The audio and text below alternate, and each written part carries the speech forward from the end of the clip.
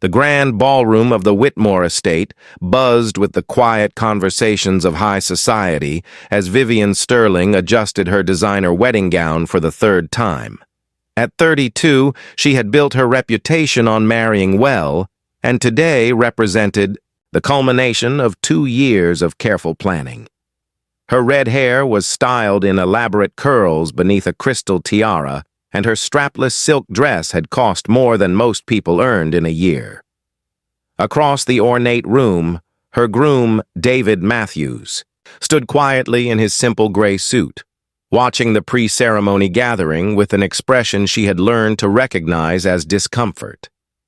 At 35, David was a successful architect, but his modest background had always been a source of embarrassment for Vivian among her wealthy friends. "Darling, you really must do something about your family's attire," Vivian whispered sharply, as she approached David, her voice carrying just far enough for nearby guests to hear. "Your father is wearing a suit that looks like it came from a department store, and your mother's dress is so simple it is almost insulting to the occasion." David's jaw tightened as he glanced toward his parents, who stood near the windows, clearly feeling out of place among the designer gowns and tailored tuxedos. His father, Thomas Matthews, was a retired high school principal, and his mother, Eleanor, had spent 30 years as a librarian. They had saved for months to attend this wedding, and their clothes, while modest, were the best they owned. "They look fine, Vivian," David said quietly. "They are here because they love me, not to impress your friends." Vivian's laugh was sharp and dismissive. "Love does not pay for receptions like this, David. Image matters. I just hope they know to keep their stories about small-town life to themselves during dinner. Mrs. Pemberton was already asking me about your family's background, and I had to be quite creative with my answers." The wedding coordinator approached with a gentle smile. "Excuse me, Miss Sterling, but there seems to be some confusion with the seating arrangements. A gentleman at the door claims to be Mr. Matthews' uncle, but he is not on our guest list." Vivian's eyes narrowed with irritation. "More family members? David, I thought we agreed to keep your guest list small. How many more relatives are going to appear?" David looked genuinely confused. "I do not have an uncle. My father was an only child, and my mother's brother died years ago, before anyone could respond." The ballroom doors opened to admit a distinguished elderly gentleman in an impeccably tailored black suit. He moved with the quiet confidence of someone accustomed to command, and several guests turned to stare as he surveyed the room with sharp, intelligent eyes. Behind him followed a woman of similar age, elegant in a way that spoke of old money, rather than new wealth. Her dress was understated but clearly expensive, and she wore jewelry that Vivian immediately recognized as genuine antique pieces worth more than most people's homes. "Thomas Matthews," the elderly man called out, his voice carrying easily across the room. "There you are, my boy." David watched in amazement as his father's face lit up with recognition and what appeared to be profound relief.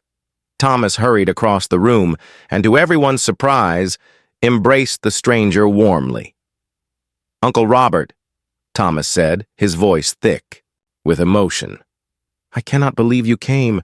I sent the invitation, but I never imagined you would actually attend." Vivian felt a cold dread settling in her stomach as she realized this was not going according to her carefully orchestrated plan. "David," she hissed, "who exactly is this man?" David looked equally bewildered. "I have no idea. My father never mentioned having an Uncle Robert." The elderly gentleman approached their group with measured steps, his eyes taking in the scene with the sharp assessment of someone who missed very little. When his gaze fell on Vivian, she felt as though he could see straight through her designer facade to something much less appealing underneath. "You must be Vivian," Robert said, extending a hand with formal politeness. "I am Robert Matthews. Thomas is my nephew, though we have been estranged for many years due to a family disagreement that now seems quite foolish." "How nice," Vivian managed, her voice tight with barely concealed annoyance. "I do hope this will not disrupt our seating arrangements." Robert's smile was cool but polite. I would not dream of causing any inconvenience. Though I must say your wedding planner seemed quite concerned when she discovered that the Matthews family table had been placed in the back corner, while the Sterling family occupies the prime positions near the head table. Vivian's cheeks flushed. She had indeed relegated David's family to the least desirable seats, hoping to minimize their visibility among her prestigious guest list. Space was limited, she said defensively. We had to make difficult choices about seating. Of course, Robert replied smoothly, though I confess I am curious about these choices, given that I understand this wedding is being paid for equally by both families. A murmur of interest rippled through the nearby guests, and Vivian felt her carefully constructed narrative beginning to crumble. She had told everyone that her family was covering the wedding expenses, implying that David's family could not afford to contribute. David stepped forward, confusion clear in his voice. Uncle Robert, I do not understand. My father never mentioned. You and I certainly did not know about any family money. Robert's expression softened as he looked at his great-nephew. Thomas and I had a falling out 30 years ago over his decision to become a teacher instead of joining the family business. I was young and arrogant, and I cut him off financially. I have regretted that decision for decades. He turned to address the growing crowd of listeners. You see, the Matthews family has been in shipping for 4 generations. Our company, Matthews Maritime, has operations on 3 continents. Thomas chose a noble profession over family wealth, and I chose pride over family love. Today, I am here to correct that mistake. Vivian felt the blood drain from her face as the implications became clear. David's supposedly humble family was connected to one of the oldest shipping fortunes in the country. She had spent 2 years condescending to people who could buy and sell her family's real estate empire without breaking stride. Furthermore, Robert continued, his voice carrying to every corner of the now silent ballroom, Thomas has been the primary beneficiary of my will for the past 5 years, ever since I came to my senses about our foolish quarrel. His son David will inherit a business worth considerably more than $200 million. The silence that followed was deafening. Vivian stood frozen, her mouth slightly open, as she realized that every dismissive comment she had made about David's family had been overheard by guests, who were now looking at her with a mixture of shock and disgust. David turned to face his bride, his expression unreadable. Vivian, is this true? Have you been ashamed of my family this entire time? I never said I was ashamed, Vivian stammered, but her voice lacked conviction.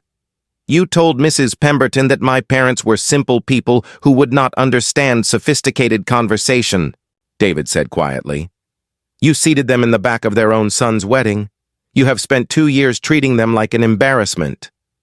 Robert placed a gentle hand on David's shoulder. Son, a person's character is revealed not by how they treat those who can help them, but by how they treat those they believe cannot. Today has been quite illuminating in that regard. As the wedding guests began to whisper among themselves, Vivian realized that her carefully constructed social standing was crumbling around her.